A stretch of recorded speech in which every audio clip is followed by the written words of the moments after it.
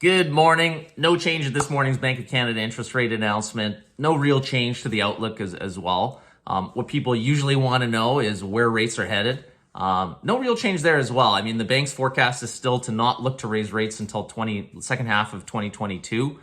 Keyword there is forecast. Forecasts are consistently wrong. Let's keep in mind, in January of this year, the bank expected the economy to shrink from the third wave of COVID. It grew at an annualized pace of 5.5%. For Q2, the expectation was 2.5% growth. It shrunk by 1.1%. So take these with a grain of salt.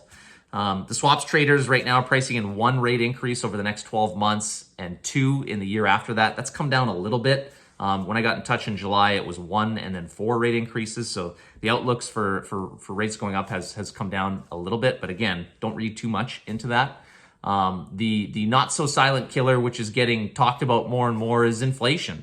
We are seeing prices rise everywhere. I mean, the 3.7% inflation reading we have in Canada right now is the highest in the last decade.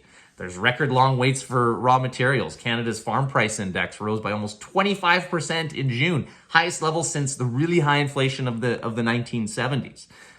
So how does this all relate to your mortgage? What does inflation mean to your mortgage? I can say with confidence, all of your mortgage rates are below 3.7%.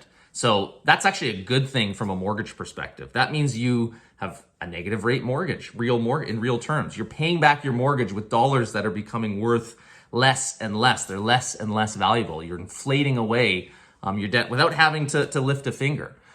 That's an opportunity that you can play in two ways. The conservative approach is for those that just don't like debt and they want to pay that off as quickly as possible. Put as much extra cash in your mortgage as you can. You're going to be able to pay down your debt quicker than you could if rates were at, 4%, 5%, something closer to historical averages.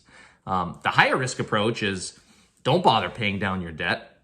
Use your extra cash to build your financial assets, to invest, to benefit from growth, and let your debt erode away. Now, with the conservative approach, you'll become debt-free quicker.